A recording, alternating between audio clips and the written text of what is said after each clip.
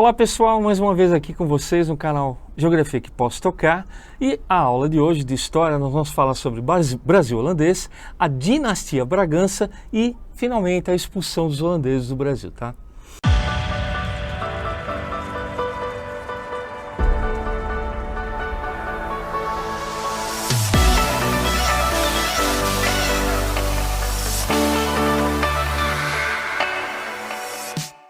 Vamos lá, para começar a falar nós temos que fazer um contexto histórico, né, sobre isso tudo que nós vamos falar, tá? E nós temos que falar que, por exemplo, durante o domínio, né, da União Ibérica, né, que aconteceu, União Ibérica, em que o rei espanhol teve o poder em Portugal, né, o rei espanhol, Filipe II, né, já que não tinha herdeiro em Portugal, como nós falamos na aula anterior, ele já teve, né, antigos problemas, né, com a Holanda. Ele começou a tentar cercear a economia holandesa. Qual era a economia holandesa aqui no Brasil? A da cana-de-açúcar. Então vamos lá. Com a emancipação holandesa, né, no caso, Filipe II da Espanha fechou os portos da União Ibérica para os holandeses. O que quer dizer isso? Nenhum navio, nenhuma embarcação holandesa podia entrar ou sair do Brasil. Vamos lembrar de novo? A Holanda tinha investido muito, mas muito dinheiro, maquinário e empréstimos aqui no Brasil, no negócio da cana-de-açúcar.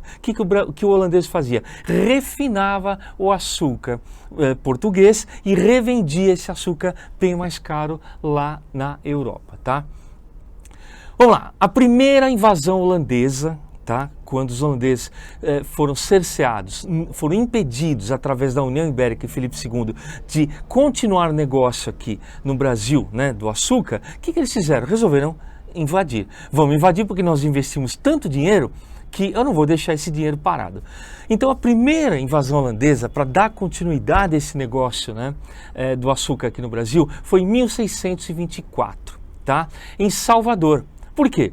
Eles receberam, né, uma informação de um cara que depois acabou sendo descrito como um mentiroso, né, um delator, né, de Portugal, que foi Domingos Fernandes Calabar. Calabar é muito utilizado em algumas peças e tal, como sim o delator, o cara que faz alguma coisa que o governo, no caso português, não queria, que era delatar. Delatou o quê? Ele delatou que, não é aqui na Bahia, não é em Salvador que o principal plantio da cana-de-açúcar está. Aonde estaria esse principal plantio? Foi lá em Pernambuco. Então o que eles fizeram? Em 1630, a partir dessa nova informação, Holanda resolve invadir, né, a cidade de Olinda, em Pernambuco. E nessa época, o estado de Pernambuco, tá, era o maior exportador de açúcar das Américas, tá?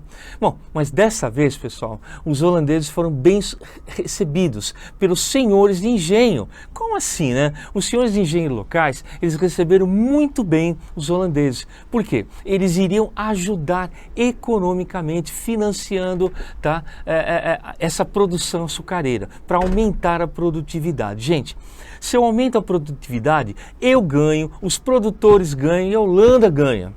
Então todos ganhavam. Então por isso que eles foram muito bem recebidos lá em Olinda, tá? Bom, mas a situação em 1637 muda, quando chega em Pernambuco o holandês Maurício de Nassau. Cara, esse cara é muito adorado até hoje. Até hoje existe lá um busto, né, na Praça Central desse cara, porque ele fez muita coisa boa na época, né? Muita coisa boa para os pernambucanos. Maurício de Nassau governou Pernambuco de 1637 a 1644, fazendo uma excelente administração, tá? Quando eu falo isso é que todos gostavam dele, inclusive os holandeses, tá? A exploração holandesa no Brasil foi basicamente ao cultivo da cana-de-açúcar. Basicamente porque outros produtos também eram exportados. Bom, vamos falar, já que nós começamos a falar de Maurício de Nassau, vamos falar das principais realizações de Nassau. Vamos lá.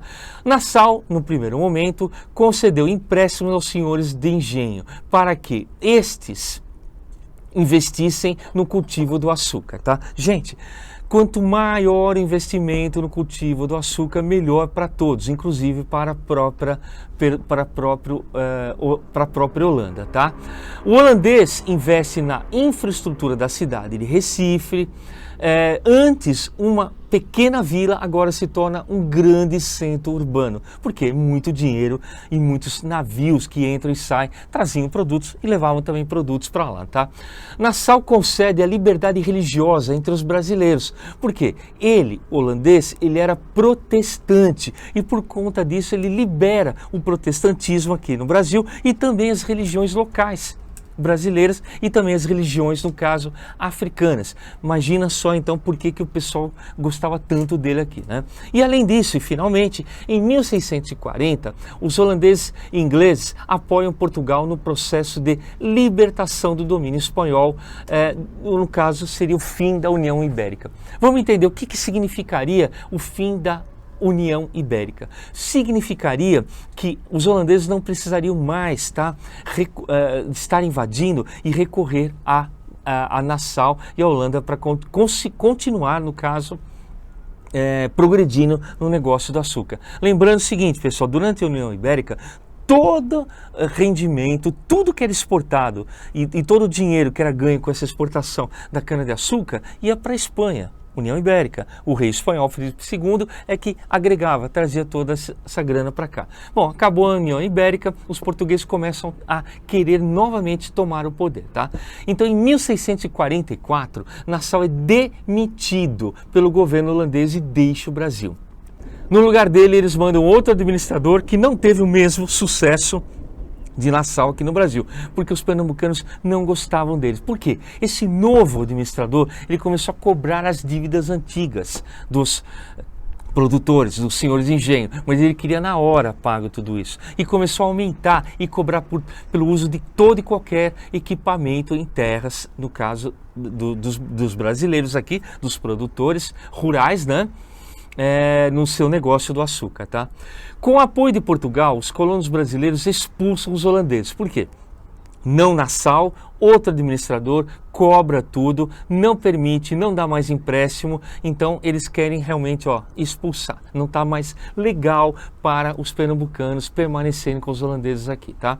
E após a Batalha de Monte Tabocas, que aconteceu em 1646, tá? A produção açucareira brasileira entra em declínio. Bom, os holandeses são expulsos. Por que entra em declínio a produção açucareira? Porque os holandeses eles só, no começo dessa produção, tá? Eles só refinavam açúcar e revendiam, tá? Agora eles aprenderam a plantar o açúcar aqui no Brasil. Aí eles foram para onde? Para as Antilhas. E lá nas Antilhas eles começaram a produzir, refinar e revender o açúcar. Ou seja, ninguém mais queria comprar o açúcar o açúcar português aqui no Brasil. E por conta disso entrou em declínio a produção e a exportação do açúcar aqui do Brasil. Bom, holandeses expulsos do Brasil, tá? Quem era que ia assumir o poder aqui? No caso, bom, vamos lembrar, acabou a União Ibérica, então houve uma guerra lá para ver quem ia assumir o trono. E quem assume o trono lá em Portugal são os Braganças, tá? Ou seja, o sobrenome português dos Braganças. Esses Braganças, tá? Eles restauram o poder, tá? E a restauração portuguesa se deu em 1640 com o fim da União Ibérica, como nós já falamos agora há pouco, né? Então vamos lá, a dinastia de Bragança. Com essa insatisfação, ou seja, os portugueses, né, não queriam mais os filipinos, né, que eram aqueles caras ou descendentes ou aqueles que apoiavam, né, Filipe II no poder, e por conta disso entraram em choque, em guerra. E essa guerra levou, no caso, a uma insatisfação contra a dinastia filipina. Alguns homens da nobreza de Portugal que estavam sendo liderados por João Pinto Ribeiro, Dom Miguel de Almeida e Dom Antão de Almeida planejaram a conspiração contra o rei de Portugal. Eles criaram, né, uma revolta, né, uma insatisfação. Com essa satisfação, eles se revoltaram e criaram uma revolta em que incluía alguns personagens da política portuguesa, entre eles Felipe III. Esse grupo montado planejava uma conspiração contra o rei de Portugal, né?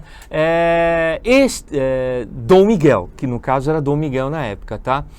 De Vasconcelos. E pela prisão da prima do rei, a Duquesa de Mútua.